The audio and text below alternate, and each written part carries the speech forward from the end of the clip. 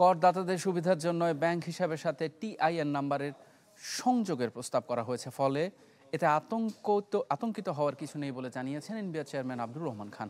অনলাইনে কর প্রদান নিয়ে আয়োজিত সেমিনারে অর্থ উপদেষ্টা হয়রানি না করতে আয়কর আইনজীবীদের প্রতি আহ্বান জানান।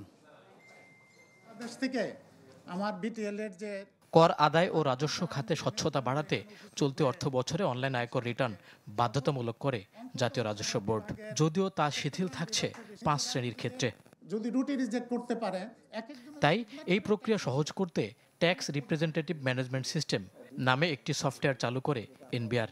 এর উদ্বোধনে অর্থ উপদেষ্টা আয়কর আইনজীবীদের অনুরোধ করেন করদাতাদের হয়রানি না করার।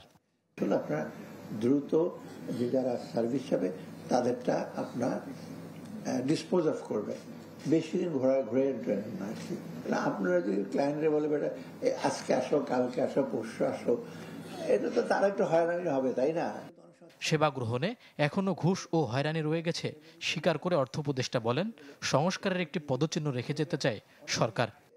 সার্ভিস সেক্টরে সবচেয়ে বেশি সেবার ব্যাপারে মানে এত লোকজনকে ঘুরানো হয়। আমি নিজেও তো অনেক সময় আমি মাঝে মাঝে বলে দিই যে আগে দেখো উপদেষ্টা হয়তো বলি না, আগে বলতে দিয়ে দাও না, ড্রাইভারকে বলি তুমি এইগুলো ড্রাইভিং লাইসেন্স বা ইসে করার জন্য আমার কাছে বলে টলে না, লাগে কিছু দিয়ে চলে আসে। এনবিআর চেয়ারম্যান বলেন, অনলাইন আয়কর রিটার্নের সঙ্গে সরাসরি ব্যাংক সংযোগ করদাতাদের সুবিধার জন্যই প্রস্তাব করা হয়েছে, এতে আতঙ্কিত হওয়ার কিছু নেই। বলেন, করদাতাদের বারবার হিসাব বিবরণী আনার ঝামেলা দূর করতেই বাণিজ্যিক ব্যাংকের সঙ্গে সমন্বয়ের উদ্যোগ নেওয়া হয়েছে। কমার্শিয়াল ব্যাংকগুলোর সাথে আমাদের সিস্টেমটা কানেক্ট করে দিব। আপনি যখন আপনার ক্লায়েন্টের রিটার্ন ফিল আপ করতে যাবেন, আপনার ক্লায়েন্টের ব্যাংকে কত টাকা জমা আছে, মুনাফা কত পেয়েছে, ট্যাক্স কত কেটেছে, এটা তার রিটার্নে এসে ফিল আপ হয়ে যাবে, অটো ফিল আপ। আমার অফিসাররা দেখবে না।